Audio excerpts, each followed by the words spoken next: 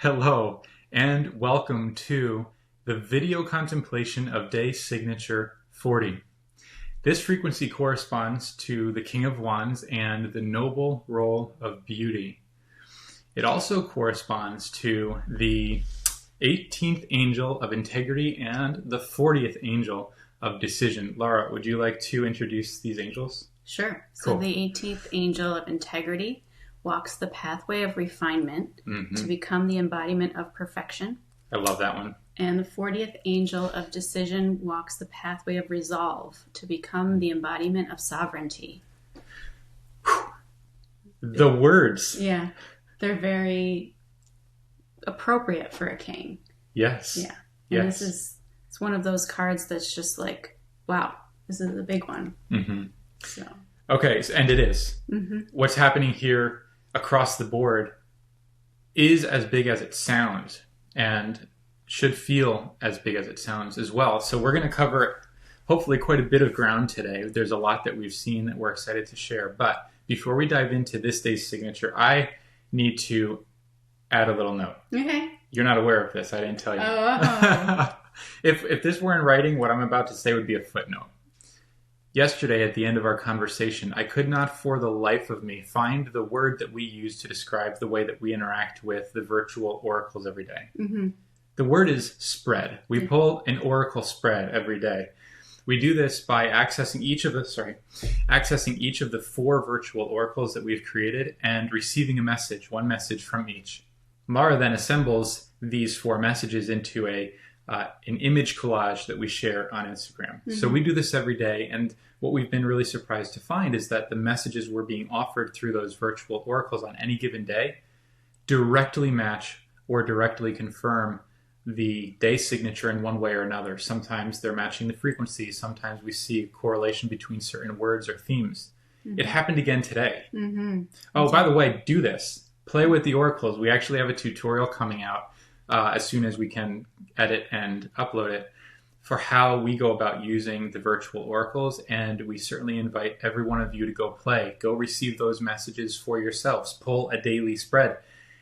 It's a free and beautiful way to receive direct confirmation of things that you're seeing, things that you've known, but most significantly receive direct messages from life itself. Mm-hmm. So what we discovered this morning, do you remember that there were like two pieces that were like perfect matches, right? Yeah. So among the four virtual oracles, we have an oracle for angels. So one of the 64 angels will appear on a card. And today's card was for the 18th angel of integrity that matches the frequency that we're discussing today. Perfect match. That was perfect match. And then also the message oracle, which kind of delivers longer form messages, oracle messages.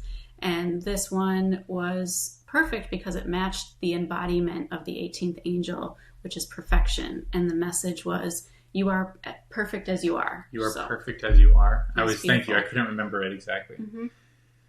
So we received these first thing, even before we began moving into our preparations for this conversation. And really what they did was they pointed us in a direction.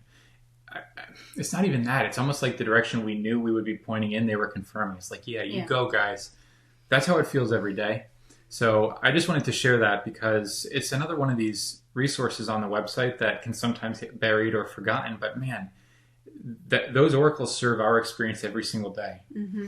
And we were excited to share that with you. Another thing that I wanted to bring forward before we dove in was with regard to yesterday's pathway of stimulation.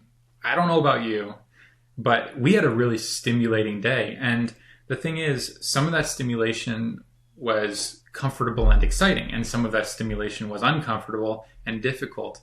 But in every case, what was stimulated produced something beautiful. In every case, what was stimulated was necessary. It was lending toward an opening of self, of perspective, of awareness that after a night of sleep yields fruit. Like, really. What you're describing is also the full moon. Oh, no way. Yeah. And this is the beauty of opening yourself to communicating with the universe. Everywhere you look, you receive this understanding of what you're experiencing. Mm-hmm. And, that's why it's it doesn't matter really what system, as long as your eyes are open and you're asking the universe for communication, you will absolutely receive it. It wants to communicate with you. So what we're describing, the fact that our frequency and the sequence that we're following also happens to, reflect the energies of a full moon occurring at the same time.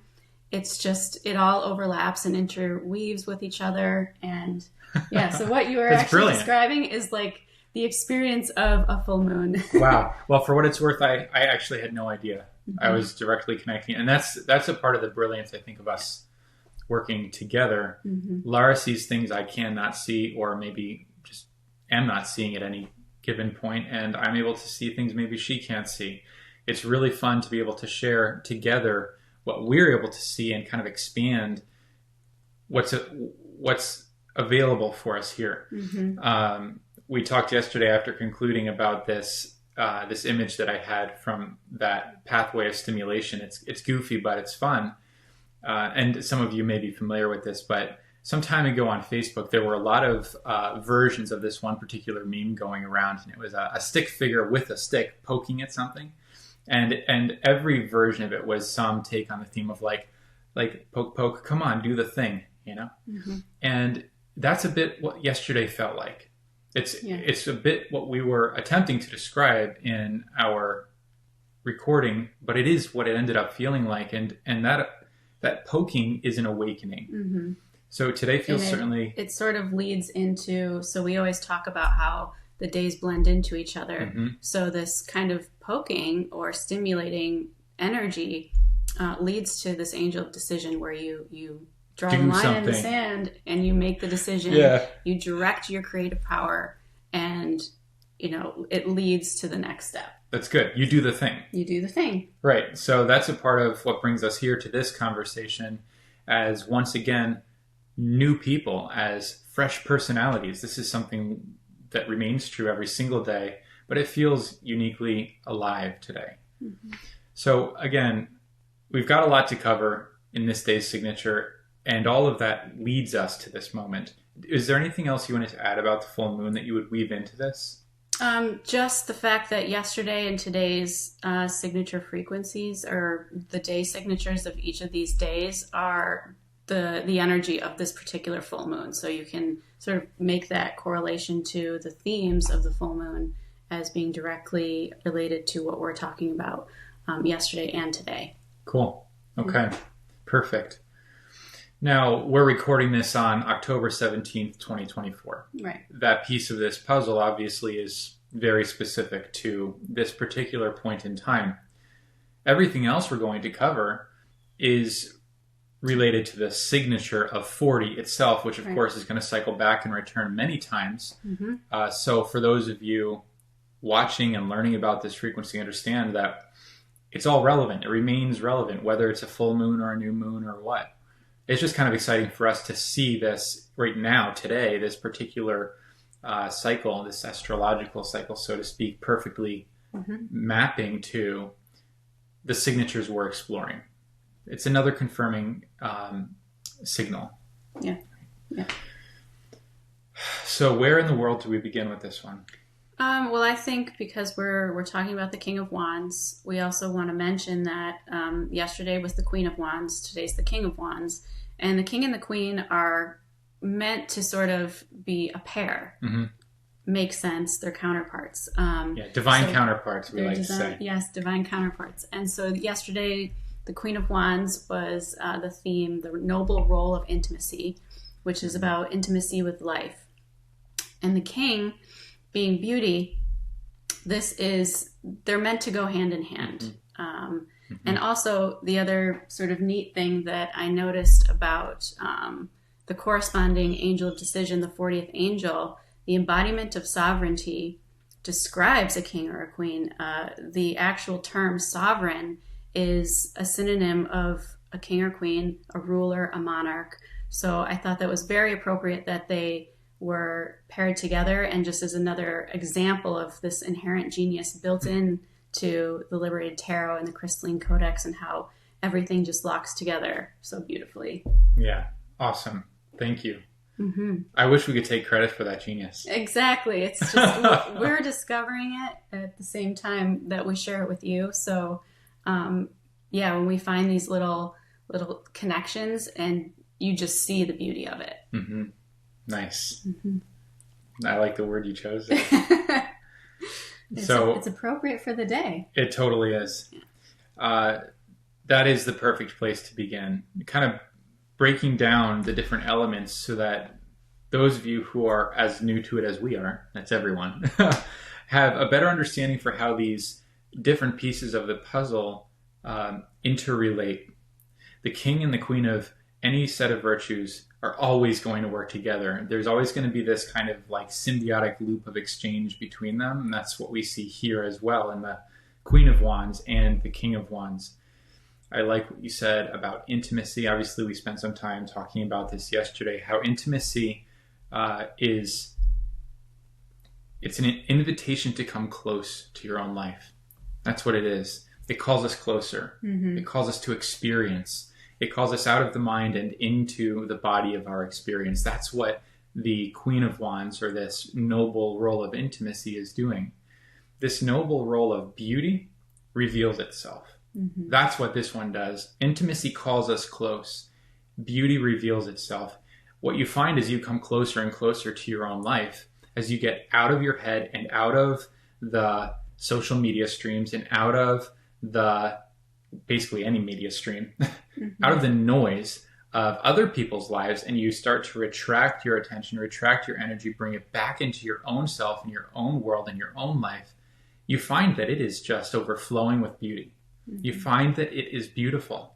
And it doesn't matter who you are, where you live, how old you are, what's going on. If you're able to do this, if you choose to do this, if you make a decision, there's your angel of decision, mm-hmm. to do this, if you resolve, there's the pathway, mm-hmm. to do this, you're going to find that your reclamation of your own energy actually brings you closer to your own life in a way that ignites awareness of its beauty.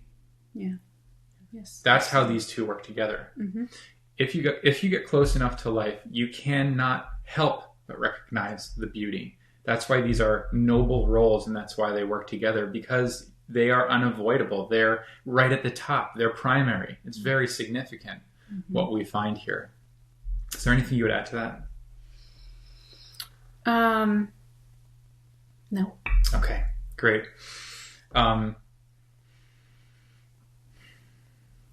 Integrity, the pathway of refinement and the embodiment of perfection.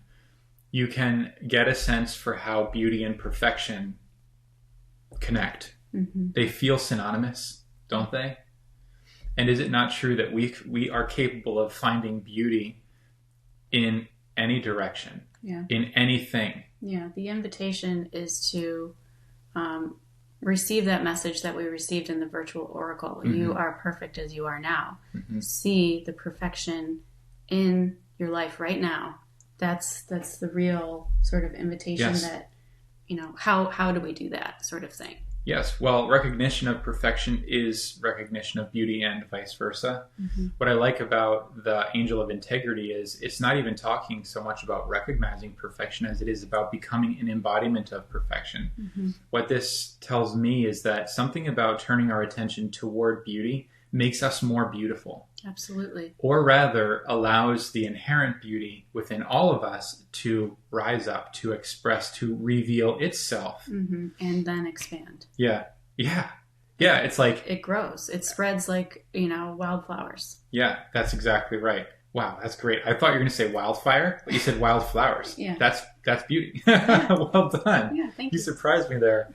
That's what this is. That's how we become more beautiful. It's not like you're less beautiful now than you could be. You are beautiful, period. Mm-hmm. But as we pour our hearts, our time, our attention, our energy, our life force into the subject of beauty in every direction, it does expand. We do become more beautiful.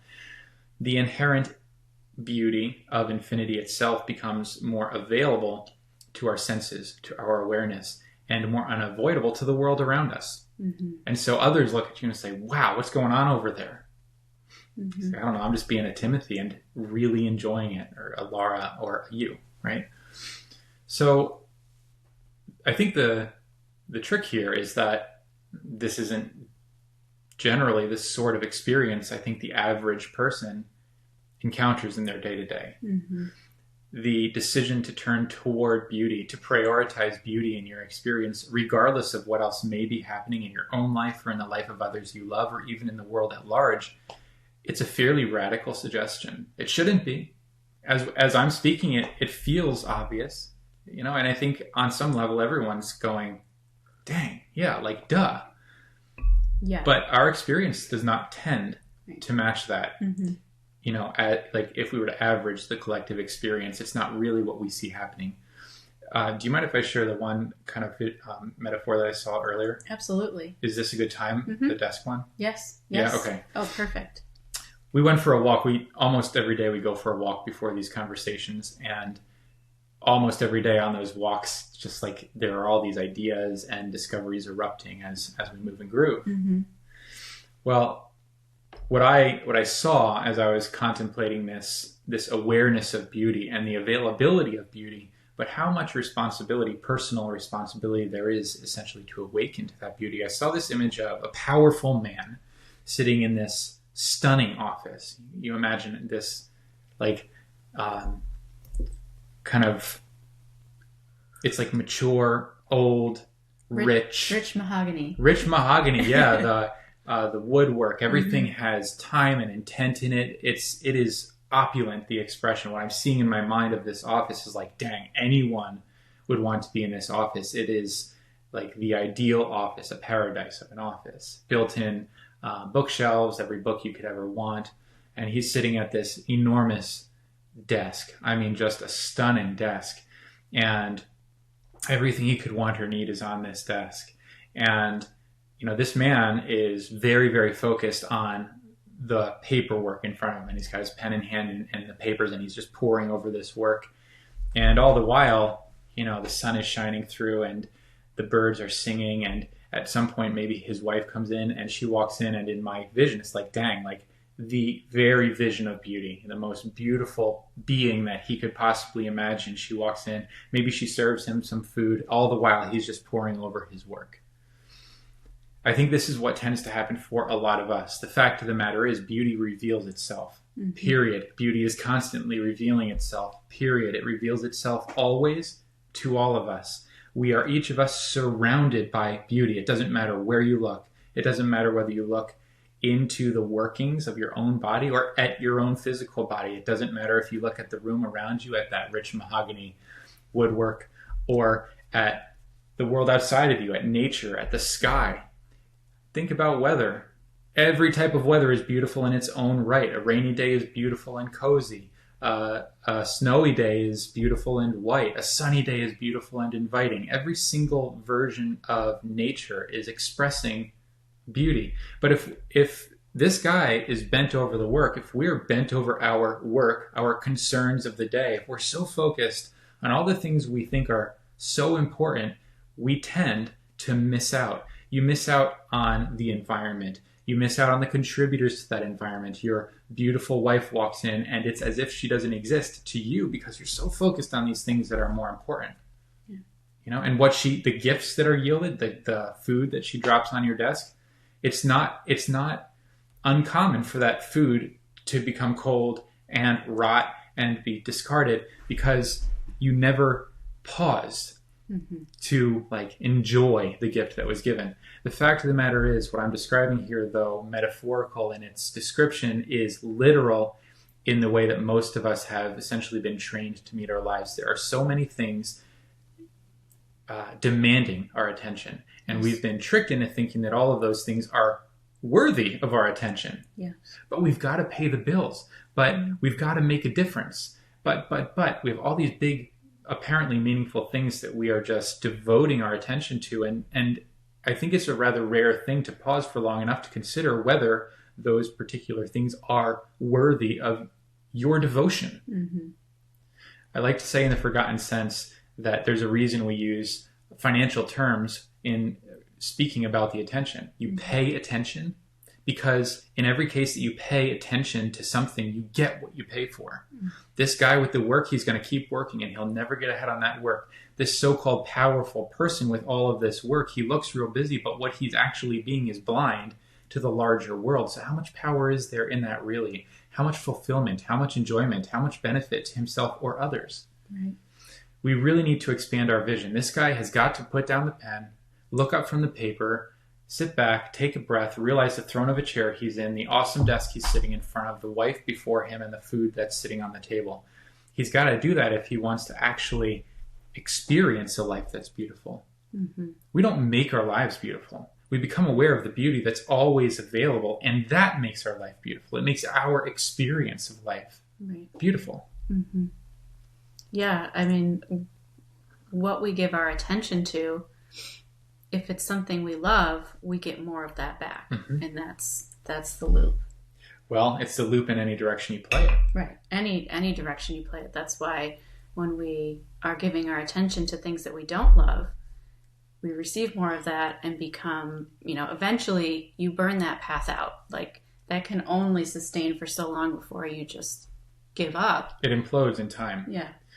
Yeah, because if you're concerned about something and you're concerned about something and you're worried about something and you're anxious about something, come on, this is a story we know. Life gives you more of that because you're asking for it subconsciously. If you're not, it can be conscious or subconscious, but you're still asking for that thing. There's a mechanism at play here that tends to be totally unconscious for most. Yeah. The mechanism is right on the surface. It's obvious as can be, except it's not like we've been taught how it works. It's not like we've had our attention turned toward it in a way that allowed us to take control of that mechanism. Mm-hmm. And so we play out these things, and we're really doing the very best we can with the limited information we have. The solution, first and foremost, is to get better information. Mm-hmm. And this really brings us back to the forgotten sense. We talked about this earlier, but I'm just going to come right out and say that if you are a human being, you need the forgotten sense. The forgotten sense, by the way, is a program that we've created and added to the 64angels.com. You can learn all about it. There's a ton of beautiful information that you can read through and learn about for free before ever purchasing the program. And the program is now available at a quarter of what it once cost in one-on-one sessions. So we've made it as available as we can possibly make it.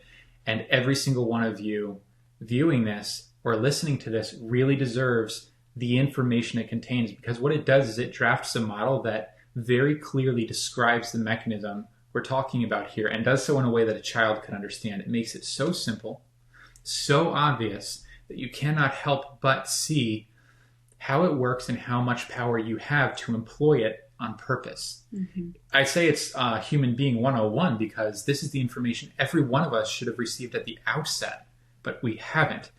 So in the forgotten sense, we refer to attention as your single greatest asset in all of life. Mm-hmm. It's your asset. You don't give money indiscriminately, do you? You think about what you're going to purchase. You purchase the things you wish for, the things you want, the things that you value. You don't walk around just throwing money away. Most of you don't. If you do, swing by our street. The fact of the matter is, we care for and consider our assets, and then we utilize them with intention. Your attention is your single greatest asset. Where you place your attention matters, because whatever you give your attention to becomes fertile, becomes productive. You get more of whatever you give your attention to. That's a promise. And it creates more of that in a new way. New things will blossom.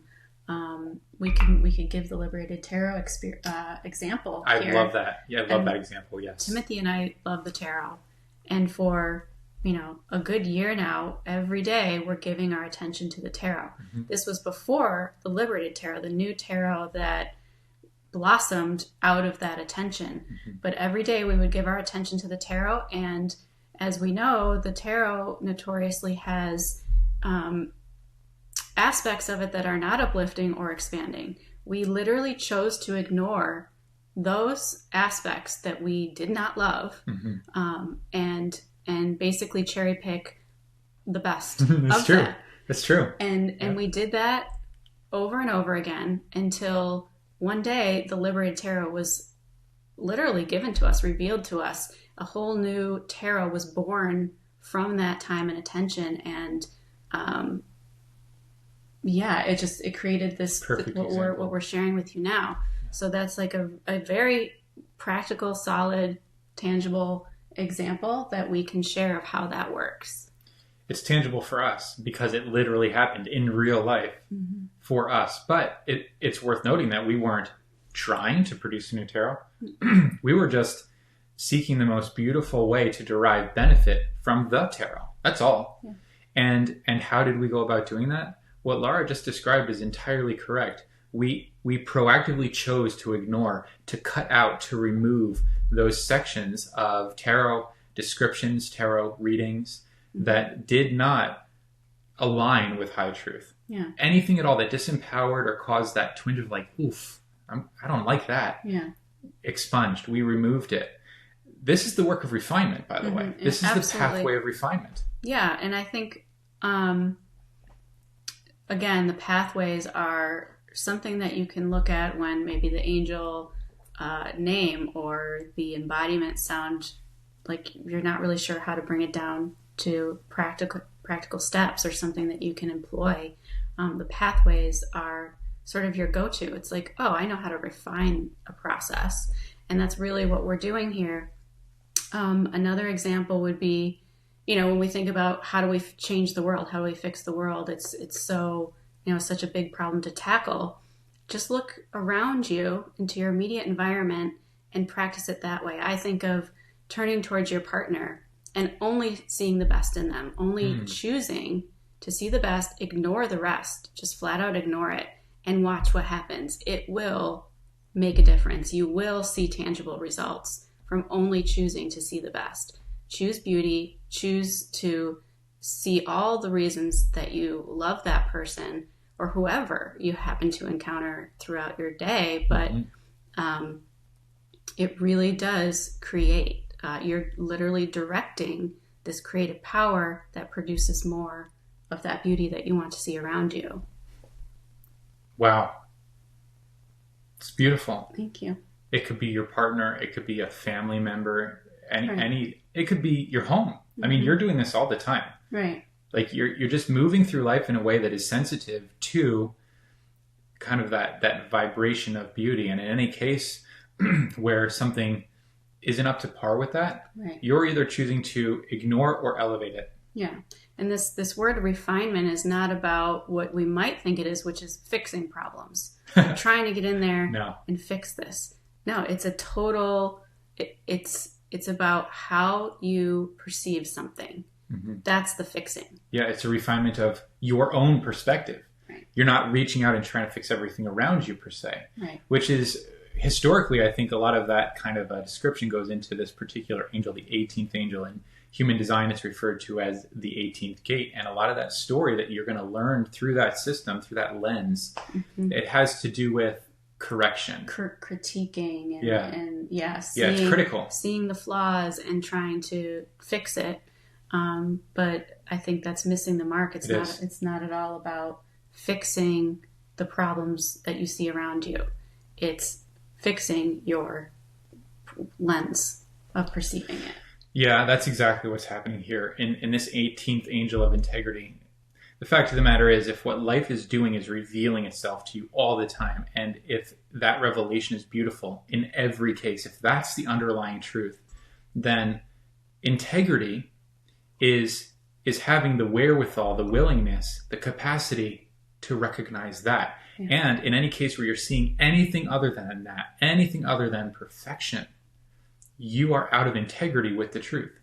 Really consider that. And consider how much of our attention, how much of our awareness is being poured into things which are totally out of integrity with the underlying truth of life's perfection, of the gift that we've been given, of the miracle that we are existent within. That's really something. When we were working with the tarot all that time, that work of refinement, it was quiet. Like, it's not like we were telling anyone that this is what we were doing. And it wasn't even, again, it wasn't about producing the Liberated Tarot. It was about producing an experience for ourselves that felt right, that had integrity. And so it didn't matter which tarot deck we were working with or which author was writing about that tarot deck. It didn't matter how well respected it was. It didn't matter how old it was. If there was something that didn't align, we had attuned ourselves so intentionally. We had applied that discernment so completely for such a great length of time that we knew, nope, nope, nope. There's that vein we talked the other day about, the vein of gold in the dirt. It's like, get rid of the dirt, there's the gold. Good, got that. Yeah. That's how this works. And the theme of correction is fun. Like, we played with this a little bit earlier today while washing dishes. Correction as a critical mechanism is out. That does not align, right? We know that's not what's happening here. That is not what is meant by the pathway of refinement. But we can play on the theme a little bit, because essentially what we're dealing with here is corrective vision. Here's another just goofy little metaphor, but imagine being nearsighted, right? Maybe you're a little too focused on the paperwork in front of you. This guy was nearsighted. All he could see was the concerns of the day in our previous example. Or maybe you're a little too farsighted. Maybe your concerns are about what's coming. You're only ever thinking about the future and worrying over the future and attempting in one way or another to preempt the possible horrors of the future. You're a little too farsighted. Really what this energy, this day signature is about is corrective vision. What we really want to do is become clear-sighted. And bring our focus to the present. That's what it means. Yeah, corrective vision is about becoming clear-sighted about what is current, about what is real.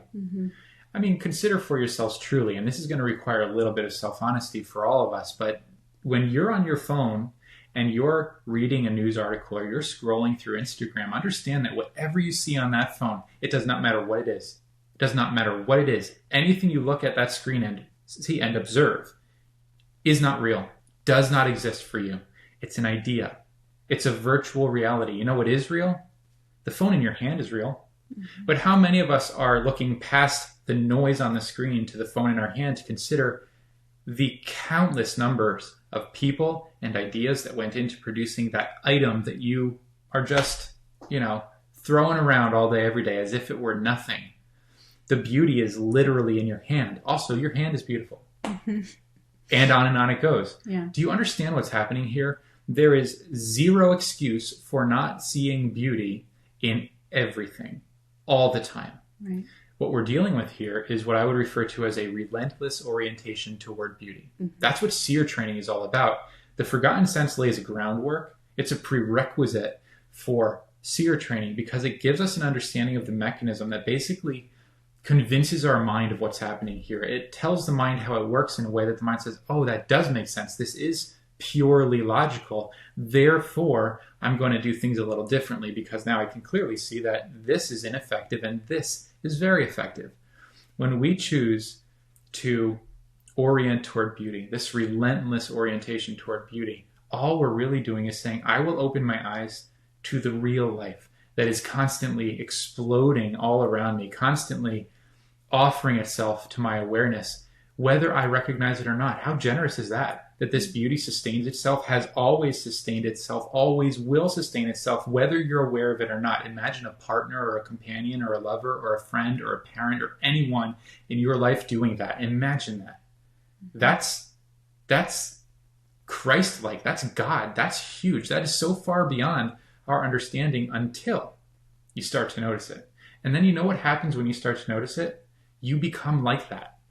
You become like that. And we used this example earlier. You go to a grocery store and the cashier is maybe, looking very apathetic and kind of dumpy and sad and depressed.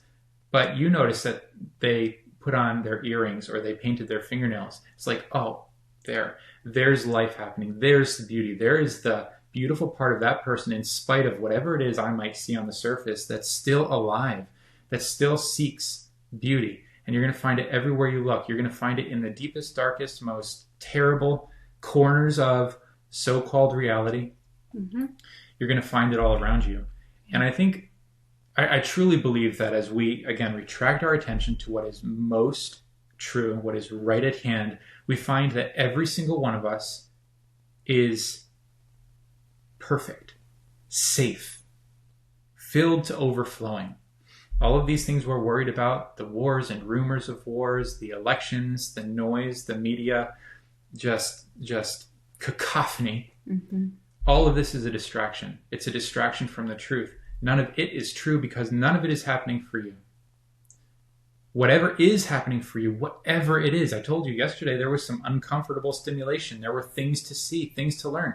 If you're paying attention in this way, you recognize even in the throes of discomfort, whatever that may be, grief, heartache, fear, you recognize that something is happening and that something is happening for you. It's on purpose. It's for your benefit. And the end result in every case is the product of beauty. It will always yield beauty. Mm-hmm. Yeah, I think this also beautifully ties in to the 40th angel of decision. Yeah. Because this angel we've actually had a session with. So that's very relevant for today, is the fact that we've had a conversation with this angel and have heard the amazing things it's had to say on this topic.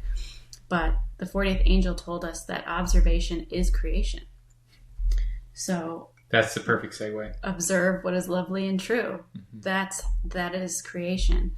And definitely, I think, just to remind the viewers that because we've had a conversation with this angel, definitely go read that whole conversation, because the angel of decision, you basically come to this point of, what are you going to choose? Mm-hmm. Are you going to walk the pathway of resolve and become the embodiment of sovereignty? That's what this is about. I love this. Observation is a powerful, powerful mechanism. There was, you'll read about this in the conversation, but there was a long period of time, over a decade, where I had this understanding of a phrase that I had heard at some point along the way. I can't even remember where.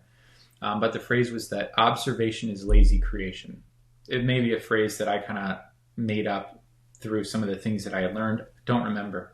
Observation is lazy creation. The reason this idea was in my mind is because you look around and you see people observing what's in their world. And in their observation of what's kind of right in front of them, and their interpretation of it as uncomfortable or unnecessary or wrong or unwanted in any way, you can literally watch them kind of resubscribing to that same thing. The people who complain about certain things always have those same certain things to complain about. And the moment one of them is resolved, there's something else in its place, because they're trained to observe in a particular way. Right. So my thought at the time was always, hey, if you're not creative enough to get into your own mind and imagine something better than what you're looking at, all you're doing is resubscribing to what you're looking at and perpetuating it for all of time. Mm-hmm. How irresponsible. That's as far as I could get. The angel took us further. It said, it's not lazy creation. It's just creation. Right. Observation isn't lazy creation. Observation is creation, because it's doing everything you saw it doing, because it's instituting a mechanism. It's initiating a loop which perpetuates whatever you observe. Well, look, if we're really honest, everything is happening all at once right now. Everything that could be happening on the whole spectrum, from good to bad and worse. Endless sea of potential because of infinity. Infinity itself. Every possibility exists. Right. Everything is happening. Whatever you're attending to at any given time is inherently ignoring everything else. Mm-hmm. Do you realize that? So right now, maybe you're looking at something horrible that happened in some other part of the world and thinking, oh, this is just the worst and we need to do something about this. And 5 minutes later, you're enjoying a bowl of cereal. Like, whatever you give your attention to feels so real because you're perpetuating its reality in your own life. And every time you look at one thing, you are not looking at everything else. Anytime you look at one thing, the rest of infinity does not exist for you. Consider that for a second. There's a logic built into this that really just like breaks your brain past a certain point. It's meant to. Yeah. It's meant to break your brain so you can come to such a refined understanding of what's happening here. Your attention is your single greatest asset. Your capacity to focus your mental activity, your mind, your thoughts in a direction, that's your single greatest power, because this is how the creative power of life moves through us towards anything. Right. We direct. We are the directors of creative power, and we direct through whatever it is that we are giving our attention to. Mm-hmm. This is principle. This is law. You can agree with it or disagree with it. It doesn't matter. Whether you agree with it or disagree with it, you're going to prove it. And the challenge, of course, now is going to be having heard it, you won't be able to not recognize that it's happening when it is. So even if you disagree with it, you'll prove the very thing you disagree with, and you'll have to agree with it. There's something, and that's how law works. That's not, oh, Timothy and Laura are so smart. That's how law works. You can agree or disagree with gravity, but the moment you jump off the building, you're about to find something out, right? Mm-hmm. We need to really put a fine point on this in summary, because when you connect it to the angel of decision, you realize that this mechanism is underlying life on purpose, and that purpose is to empower you. Absolutely. It's to give you the choice of how you will make use of that mechanism. Will you use it to produce more life, or will you use it to restrict and limit and depress your own life? Mm-hmm. Understanding that in any direction, that decision reaches out to touch others. So when your life becomes tiny, it has an impact on others that is uncomfortable, that is unhelpful. And when your life becomes large and beautiful and bright and expressive and surprising and explosive and dynamic, that reaches out and touches others too. And what does it do? It stimulates them to more. It invites that same energy to expand their life too. So each one of us is responsible for something which is directly relevant to our own unique experience, but also reaches out to impact others in a meaningful way.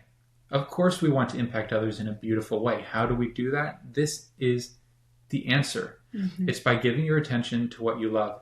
And if you're concerned about turning a blind eye to that which you do not love, turning a blind eye to all the many horrible things that you believe to be happening in the world, one, watch this again and again until you actually get what we're saying, because you will get it. This is purely logical.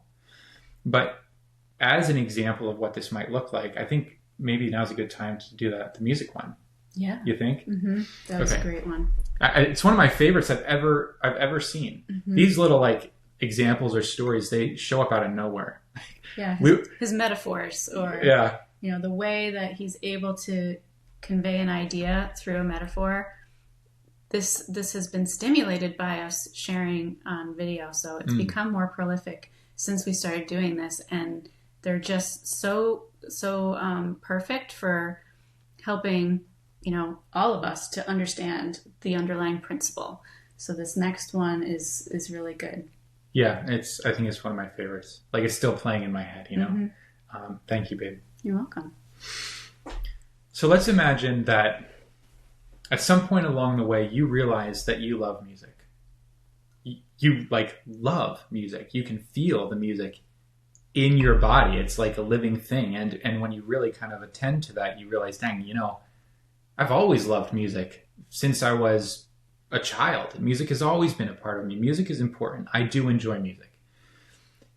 You realize that you love music, and then one day, maybe you come upon a guitar or a piano or an instrument of some sort, and you wonder if perhaps you might be good at making music, and you find, much to your delight, that in fact, you do have an affinity not only for music as a subject, but for producing music in your own life in a way that is effortless and beautiful. And it's like the minute your fingers touch the keys or the strings, music comes out.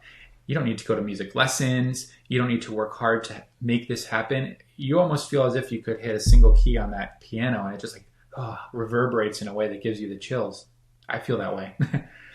Let's imagine that this is what's happening for you, and you've now found that you are not only in love with music, but capable of making music. Oh my, what a gift. It's literally a gift built into you on some deep cellular level.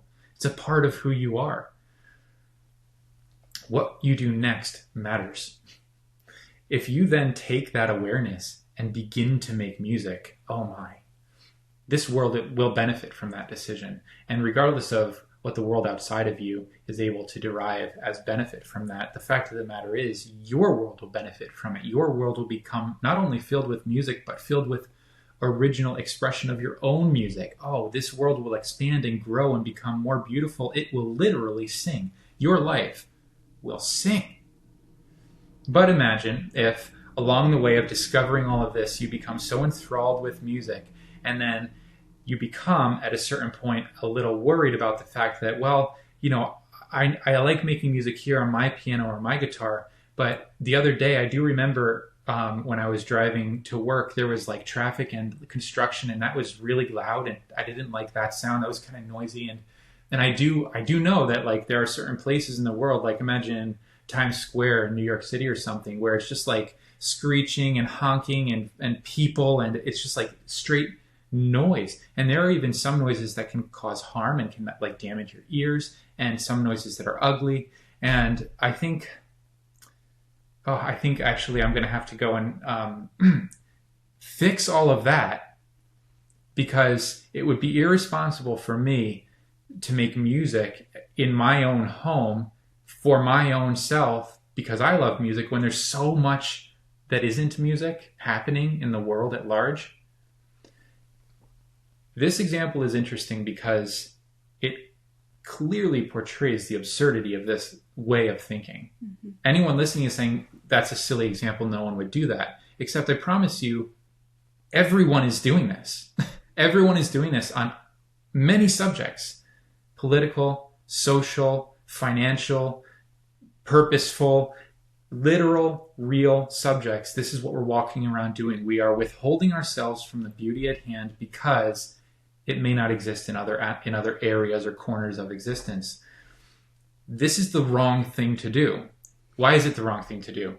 1, it sucks the life out of you, and 2, it sucks the life out of everyone touched by you. That's why. If you will just commit your attention to what you consider to be beautiful, it doesn't matter if it's the guitar for me, the piano for you, or the flute.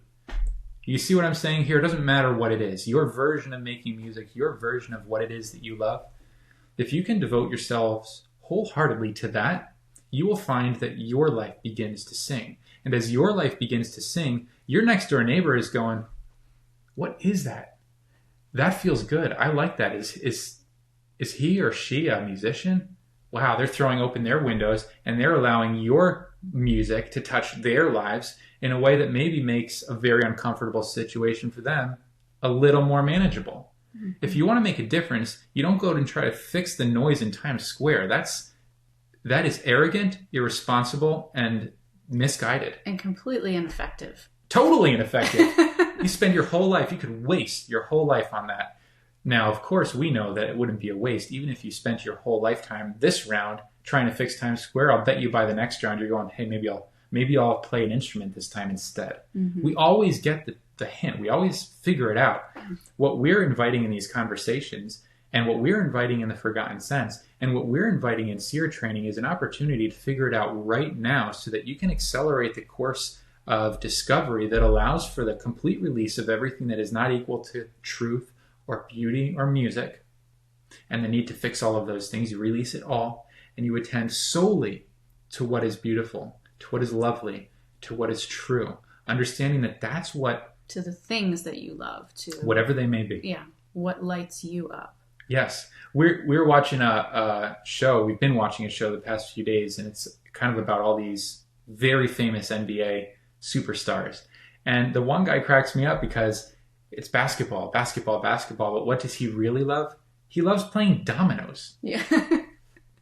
Yeah. It's hilarious. I mean, there's no connection between basketball and dominoes, not a direct connection, but he was raised that way. He's always played with his dad. He considers himself to be one of the best domino players in the entire world. Mm-hmm.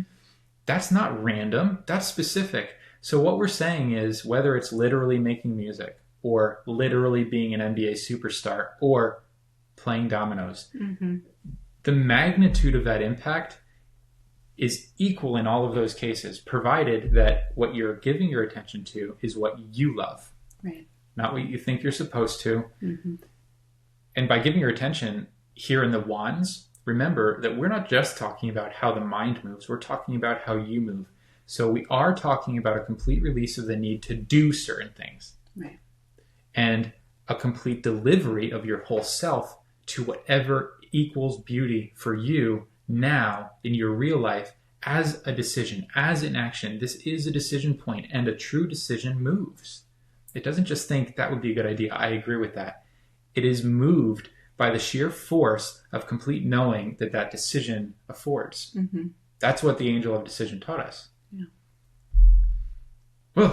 Wow. Yeah. Yeah.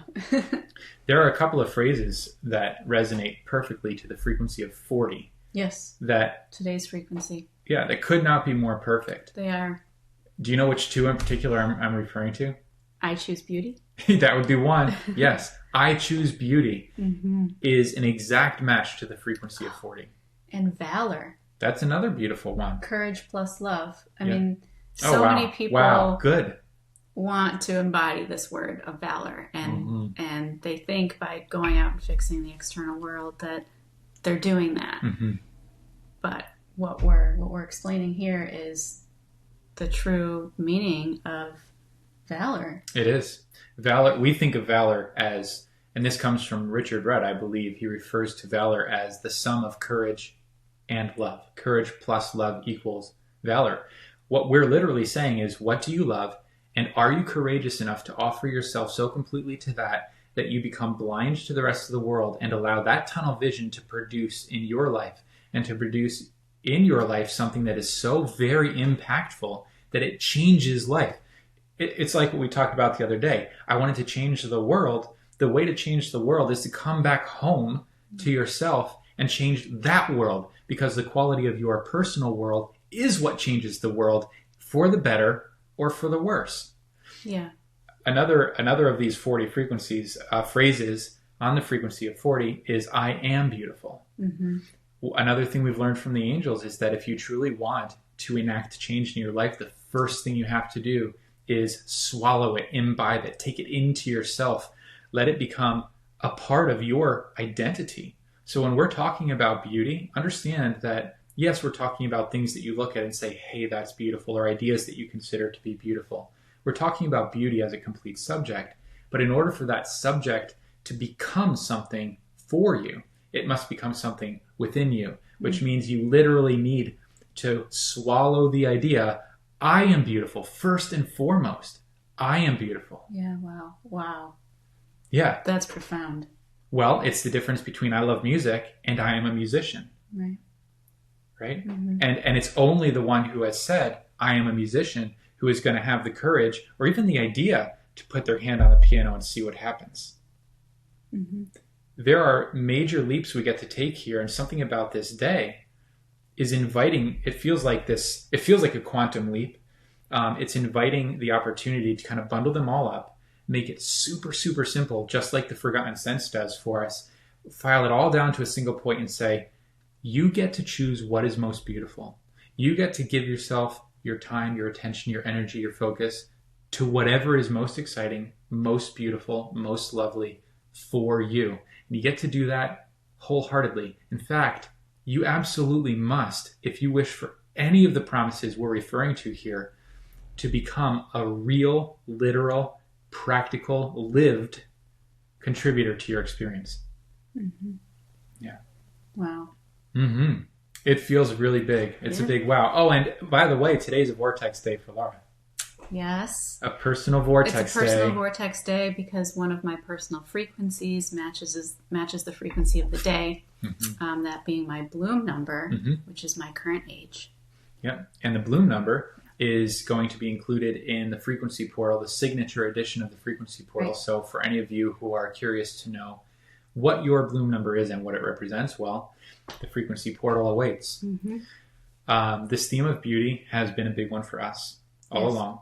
It's something that is very significant to us. It's something we're still working through in only an expansive way. And that doesn't equal easy all the time. You know, it's about really permitting the release of those ideas we've had that have, in fact, kept us apart from beauty. That's the thing about beauty is there's no reason to see it outside of yourself. If you think, well, I wish I were beautiful, that is not equal to I am beautiful, as one example. We are completely reclaiming that idea, that energy, that word. We're considering it to be equal to us. We too are beautiful. We too are perfect. We too are sovereign. And then stepping forward into life, whether you're stepping into a meeting or you're stepping into that bowl of cereal or you're stepping into the shower, it doesn't matter how large or small the actions you're taking appear to be. How beautifully can you take them, and how much beauty can you recognize surrounding you, embracing you in every single moment, every single step along the way. That's what this day is inviting. That's what we're going to do. It's our commitment to one another, to you, to life. And it's what we invite you to join us in doing. And if you need help, we've certainly needed help. We've been a massive help to one another. Understand that the forgotten sense is the next step you need to take. It is. That's step one. Yeah. And after the forgotten sense, after you really understand why this works the way it does, then seer training. That's the next step beyond the forgotten sense.